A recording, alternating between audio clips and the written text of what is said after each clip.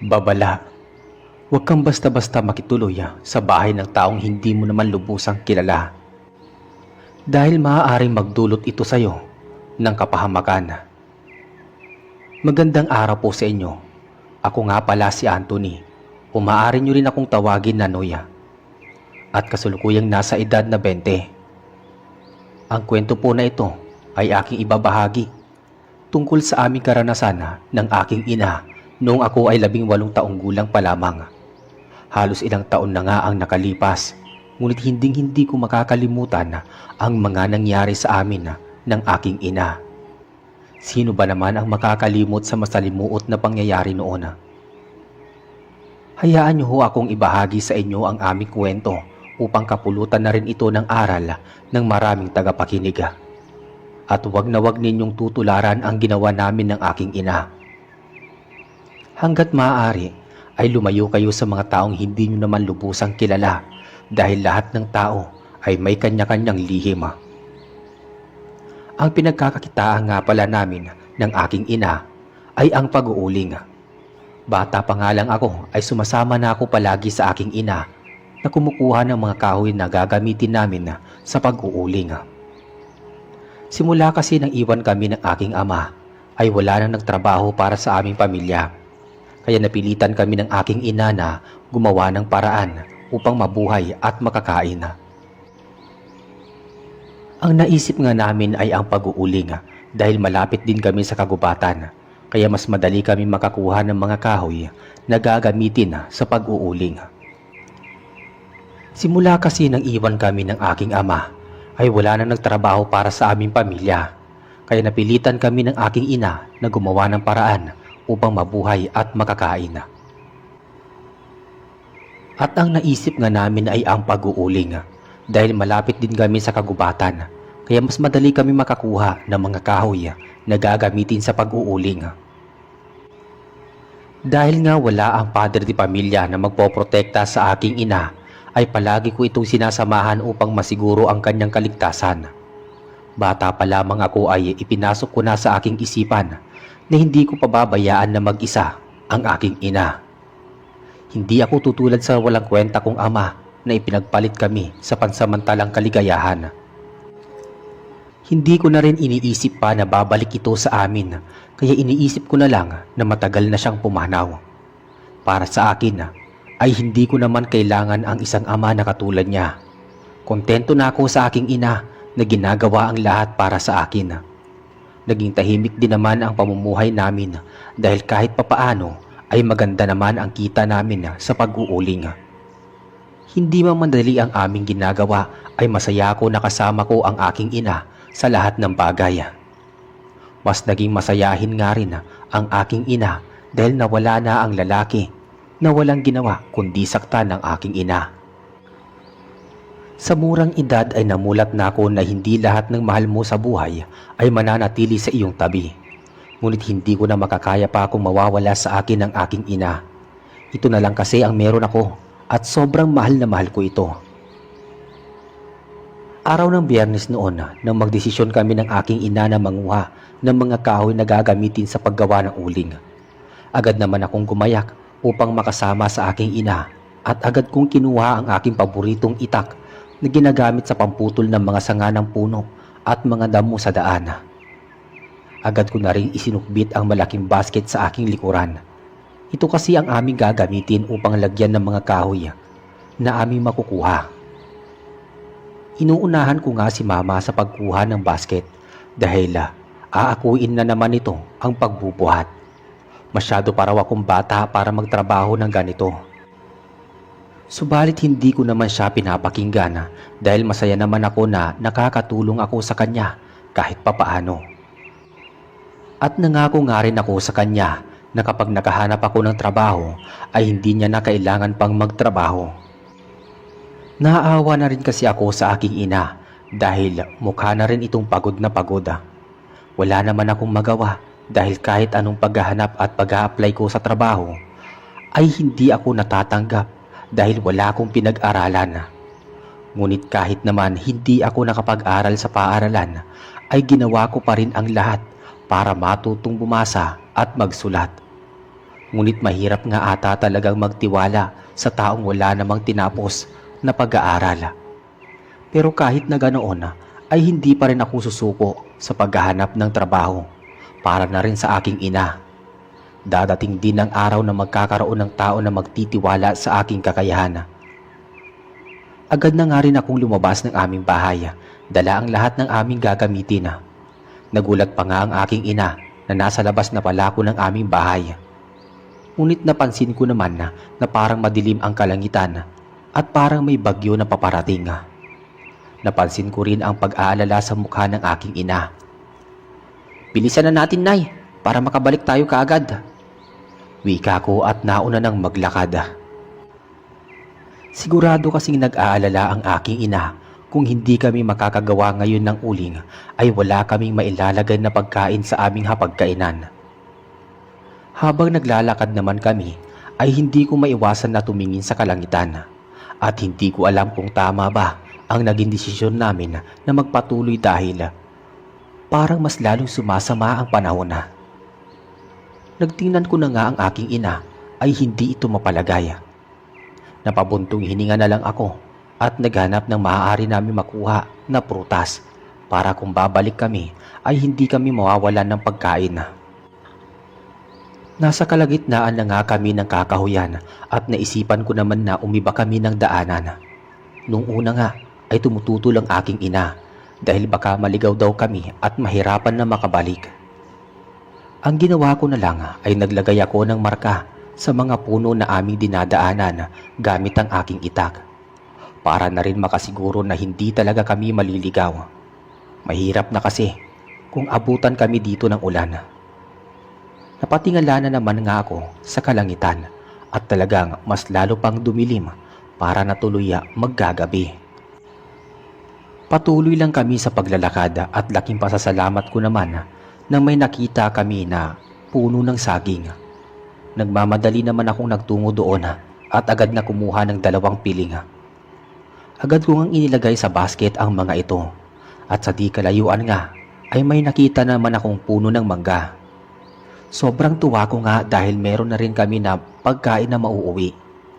Sobrang laking tulong na rin ito sa amin. Dinamihan ko na nga rin ang pagkuha sa mangga. Hindi na nga rin maiwasan ng aking ina na matuwa dahil sa biyaya na aming nakikita.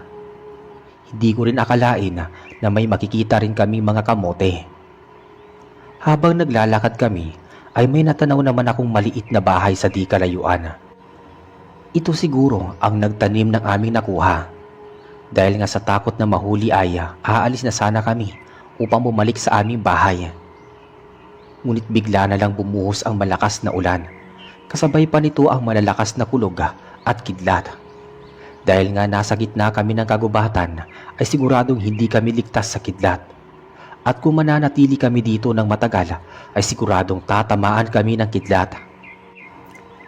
Malayo pa naman kami sa aming bahay kaya napagpasyahan na lang namin na makiusap sa bahay na aming nakita.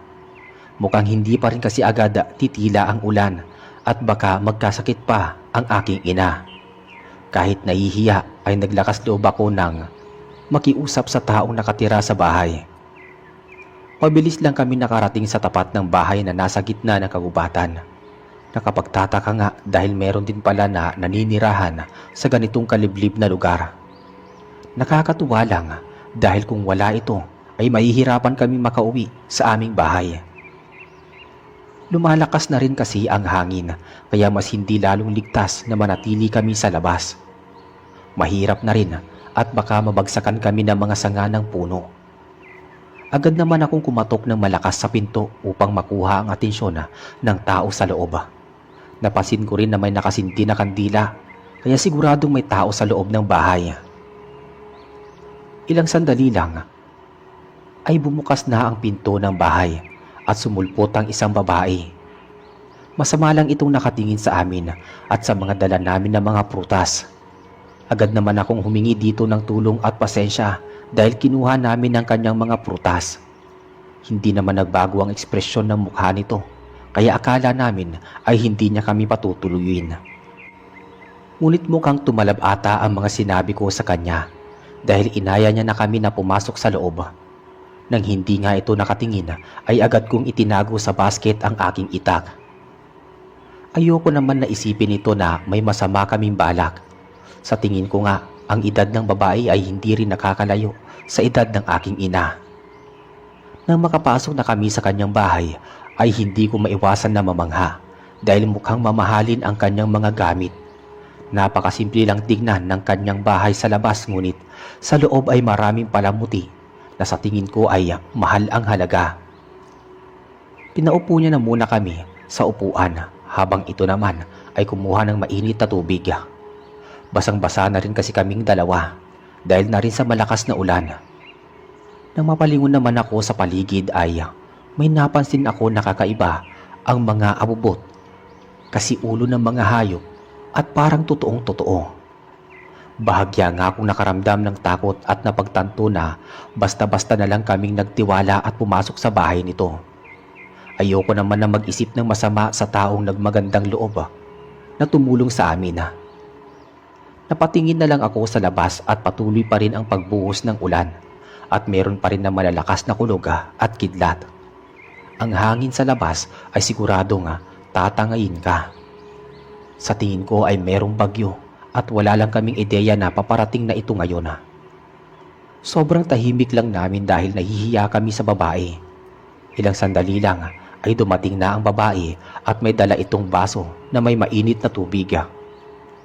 Agad naman kami nagpasalamat dito dahil sa kabutihan nito. Ngunit tila hindi niya pinansin ang aming pagsasalamat. Kumuha ito ng tuwalya at parehong iniabot sa aking ina. Tatayo na sana ang aking ina upang mag-alok sana ng tulong, ngunit itinulak siya ng babae pabalik sa upuan. Nabigla naman kaming dalawa ni inay at nagkatinginan kami. Hindi namin inaasahan na magiging ganito ang pakikitungo nito sa amin. Nagsalita naman ang may-ari ng bahay at sinabi na magpahinga na lang daw kami dahil mukha daw kaming napagod. Nang mga oras na iyon ay hindi ko na talaga maiwasan na magduda kung totoo ba ang ipinapakita nito. Bigla na lang kasi ito nga nagiging mabait kung minsan. Nagiging magaspang din ang ugali. Ngunit kahit na ganoon ay malaki pa rin ang pasasalamat namin sa kanya dahil sa pagpapatuloy nito sa amin at pagpapahiram niya na rin ng mga damit. Ilang oras nga rin ang nakalipas at sobrang lakas pa rin ng ulan at hangin sa labas. Inalok na nga lang kami ng babae na manatili sa kanyang tahanan hanggat hindi pa natatapos ang bagyo.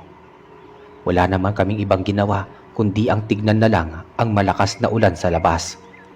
Wala na rin sa amin ang kumikibo at nag-uusap. Ang babae naman ay naghahanda na ng pagkain. Hindi ko maiwasan na bantayan ang mga kinikilos nito dahil iba talaga ang pakiramdam ko sa bahay na ito. Tila ba parang may mali. Kakaiba rin ang mga tingin at kilos ng babae at para itong may itinatagong lihim. Habang patuloy ito sa paghahanda, ay bumubulong sa akin ang aking inay na napapansin niya rin ang pagiging iba ng babae. Nakita niya raw kasi na dinilaan nito ang dugo na nasa kamay nito na galing sa hiniwa nitong karne. Hindi naman kami mapalagay kaya agad naman akong kumilos at kinuha ang itak sa basket at tinago sa aking tagiliran. Nais ko lang maging handa sa kung ano man ang mangyayari. Hindi pwedeng buong puso na lang namin siyang pagkatiwalaan. Lalo na ngayon ay may napapansin kami mga kakaiba na kinikilos niya. Naging alerto lang kami sa lahat ng maaaring mangyari. Bigla ko nga rin naalala ang mga kwento sa aming lugar na meron daw ibang mga tao ang nawawala sa kagubatan na hindi na nakakabalik. Kaya hindi ko rin maiwasan na magtaka sa masukal na bahagi mismo ng kagubatan. Nagtayo ang babaeng ito ng matutuluyan. Kung iisipin nga naman ay sino ba naman ang matinong tao ang magtatayo ng bahay sa masukal na lugar at tanging mag-isa lamang. Kahit nga alagang hayop ay wala akong nakita sa paligid. Hindi ko na tuloy maiwasan na mag-isip na baka may iniiwasan ito o may kasalanan sa batas kaya naisipan ito na magtago sa kagubatan. Sa panahon ngayon ay hindi na rin masasabi kung sino talaga ang mapagkakatiwalaan. Kaya't kung maaari ay maging alerto para na rin sa kaligtasan namin mag-ina. Mabilis lang na nakapaghanda ang babae ng aming pagkain. Nahihiyaman ay hindi na rin kami tumanggi pa dahil masama naman ang tumanggi sa biyaya. Aaminin ko na rin na ito lang ang unang beses na makakatikim kami ng ganitong mga pagkain. Bihira lang kasi kami na makakain ng karne ng hayop at kadalasan ay puro gulay at isda ang aming kinakain.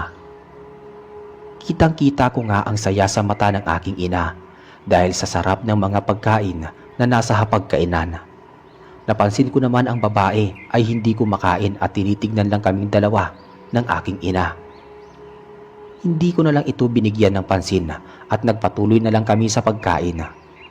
Sobrang sarap kasi talaga ng karne na ito at mahusay din na magluto ang babae. Nagdududa man ako sa babae pero hindi ko kaya na itanggi ang kanyang inihanda. Talaga naman na sobrang naging maasikaso ang babae sa amin at sa ibinigay nito ang lahat ng aming kailangan. Pilit man namin na gustong tumulong kahit sa paghuhugas man lang ng pinggan ay hindi niya kami pinahintulutan.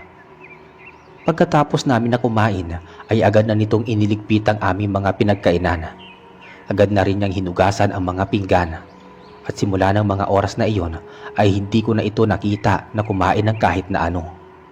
Sobrang nagtataka ako dahil ang mga niluto nito ay parang mga walang asin at bawang pero wala naman ako masabi sa masarap na lasa ng kanyang luto dahil sa kakaibang lasa ng karne. Pero maya-maya pa, bigla na lang kaming nakaramdam ng hilo sa hindi mapaliwanag na kadahilanan. Nang mapalingon naman ako sa pwesto ng aking ina, ay nawalan na rin ito ng malay. Pilit ko naman itong iniaabot, subalit unti-unti na rin akong nawalan ng malay. At bago ko nga tuluyang isara ang aking mga mata, ay nakita ko pa ang nakangising babae. Nagising na lang ako na nakahiga sa may malambot na higaan. Ngunit may naaamoy naman ako na parang masangsang na amoy sa aming paligid. Napabalikwas naman ako ng tayo at agad kong hinanap ang aking ina. Nakahinga naman ako ng maluwag dahil nakita ko ito na mahimbing nang natutulog sa aking tabi. Madilim nga ang buong paligid at sa tingin ko ay ikinulong kami ng babae sa isang silid. Agad naman akong bumaba sa higaan upang hanapin ang labasan sa kwarto. Napatakip na nga lang din ako ng aking ilong dahil sa masangsang na amoy na kumakalat sa buong paligid. Napakunot na lang ang aking noo at pilit ko naman na ginigising ang aking ina upang kami ay makatakas sa lugar na ito. Sobrang dilim na nga ng paligid at sobrang tahimik lang din ng lugar. Tanging ang malakas na ulan na pumapatak sa yero ang aming naririnig.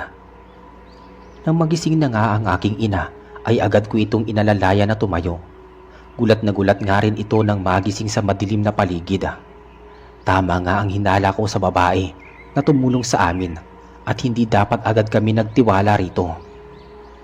Magsisiman kami ay huli na ang lahat at kailangan na lang namin na mahanap ang lagusan upang makatakas kami sa babae.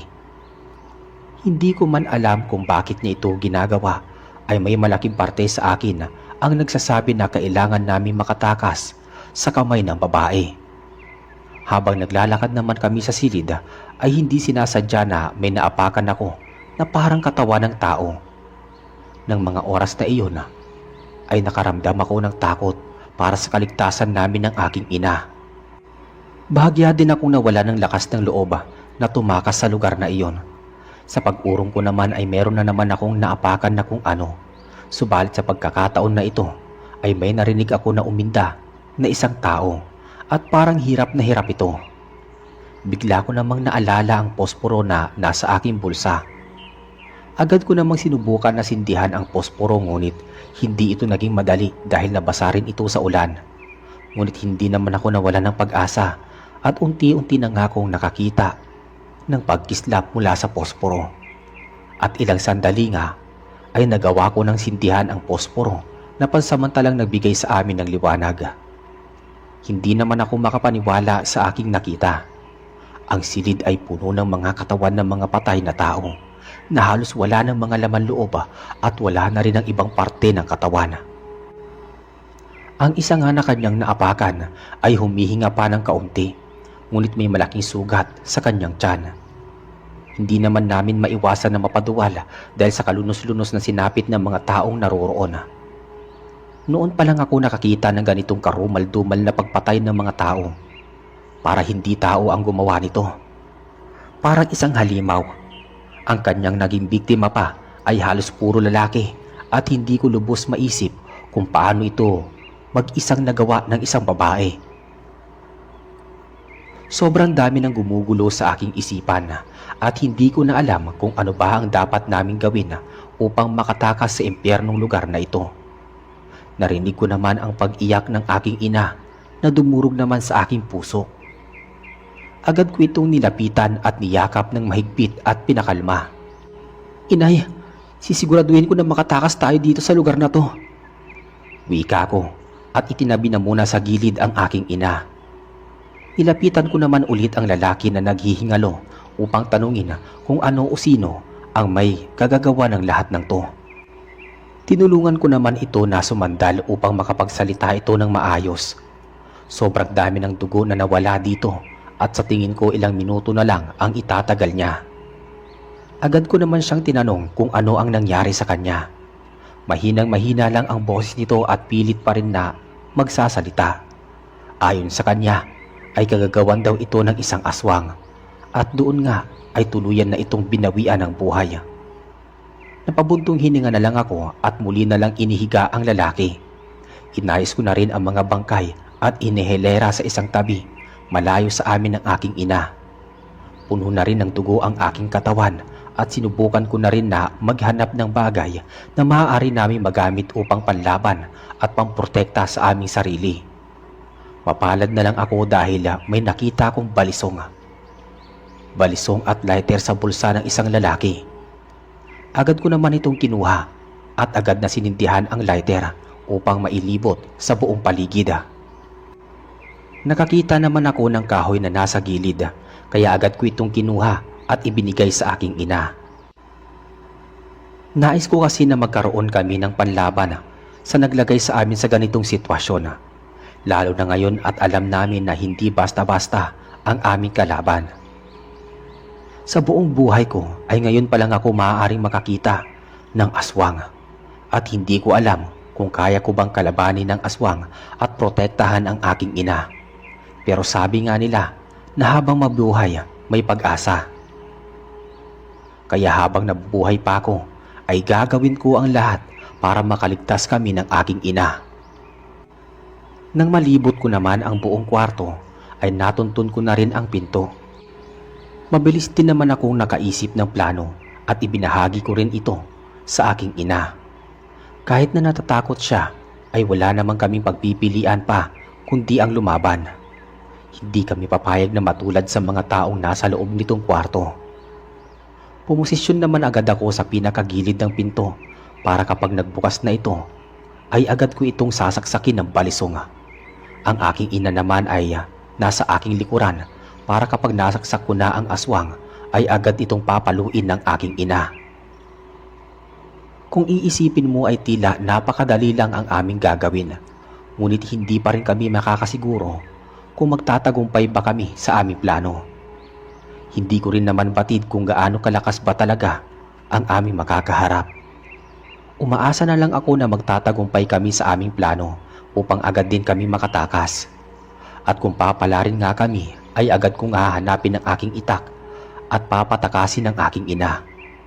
Balak ko sana na magpaiwan muna at tapusin at paslangin ang aswang upang hindi na ito makapagbiktima ng ibang tao.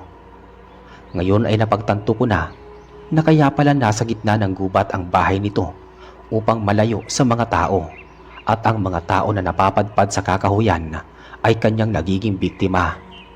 Kaya mabilis niya rin kaming pinatuloy sa kanyang bahay nang walang pagdadalawang isip. At sa tingin ko, ang mga prutas na malapit sa kanyang bahay ay ginagamit niya upang mahikayat ang ibang mga tao na magtungo sa kanyang bahay.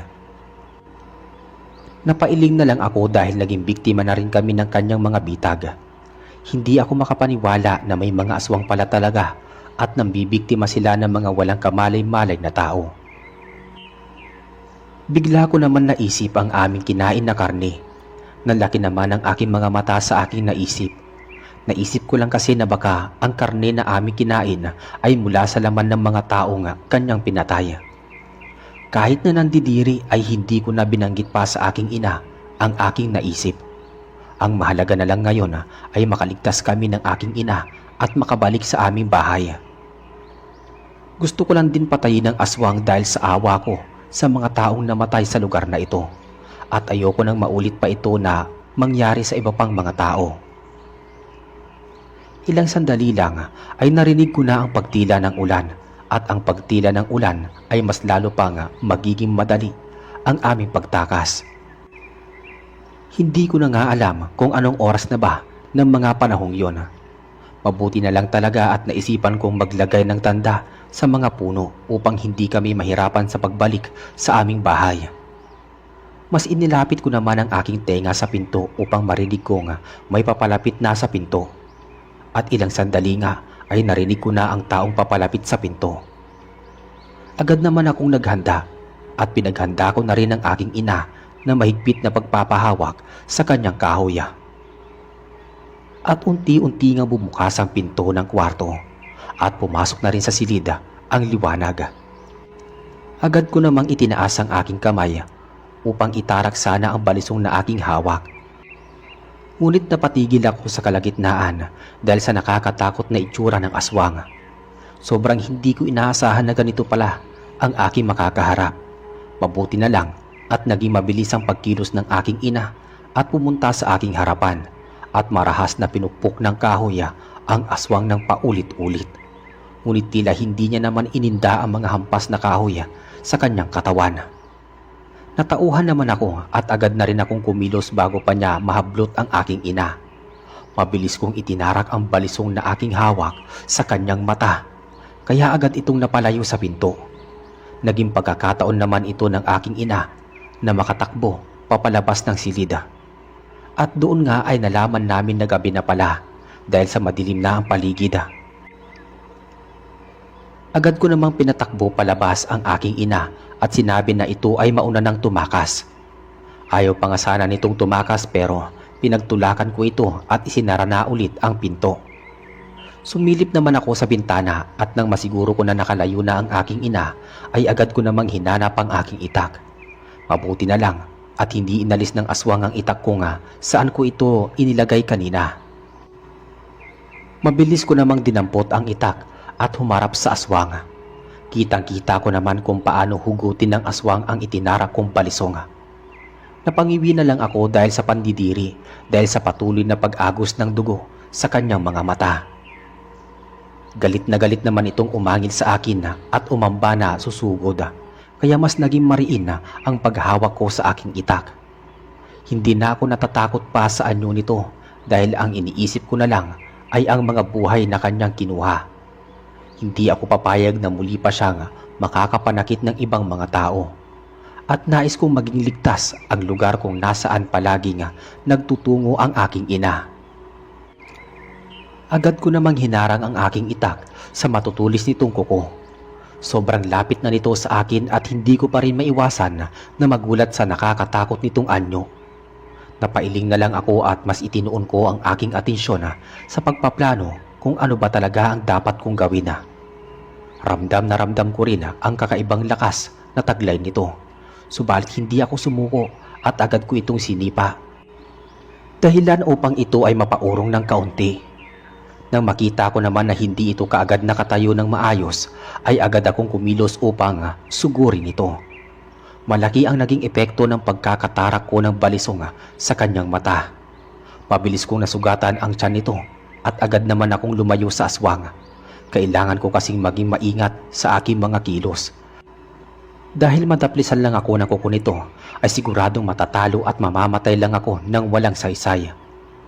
Hindi pa ako pwedeng mamatay dahil marami pa akong plano para sa aming pamilya. Mabuti na lang din at mabilis akong kumilos dahil sa aking edad, kaya mabilis ko na rin na naiiwasan ang mga atake ng aswang.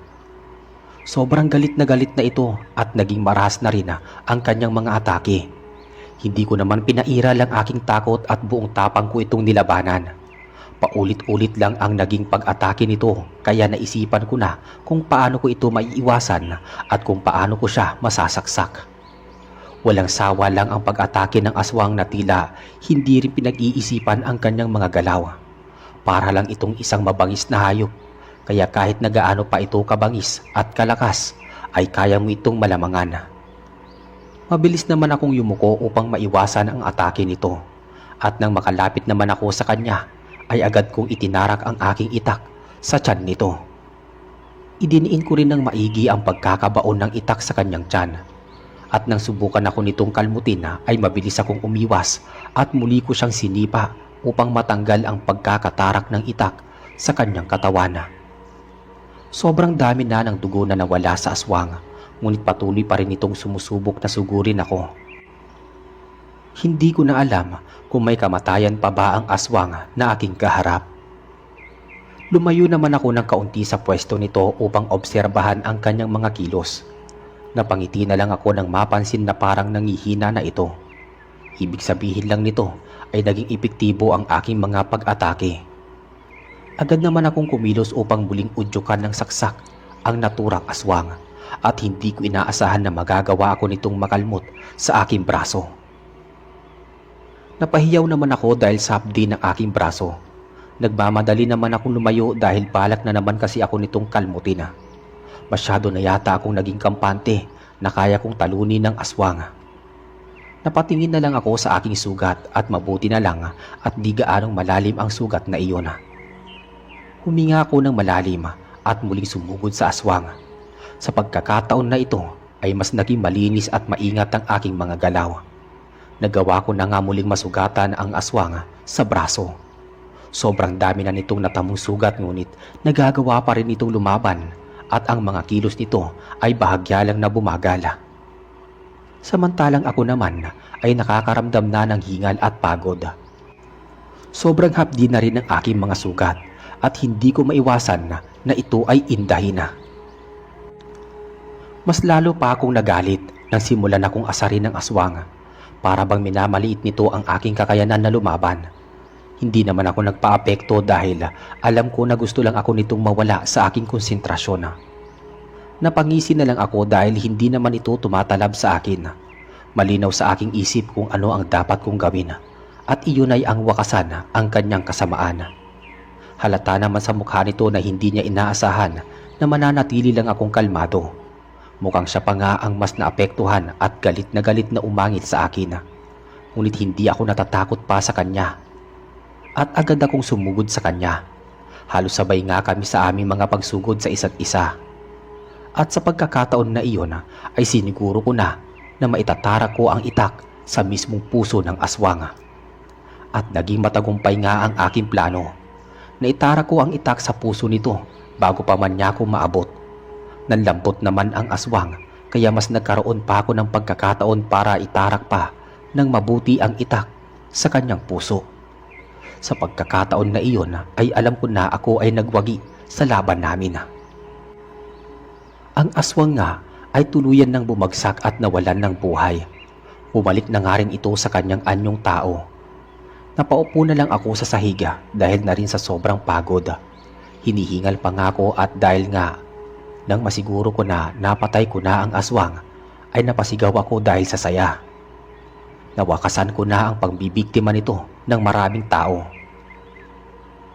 Magpahinga lang muna ako ng kaunti at naisipan ko namang ilibing ang mga bangkay ng mga taong naging biktima ng aswang.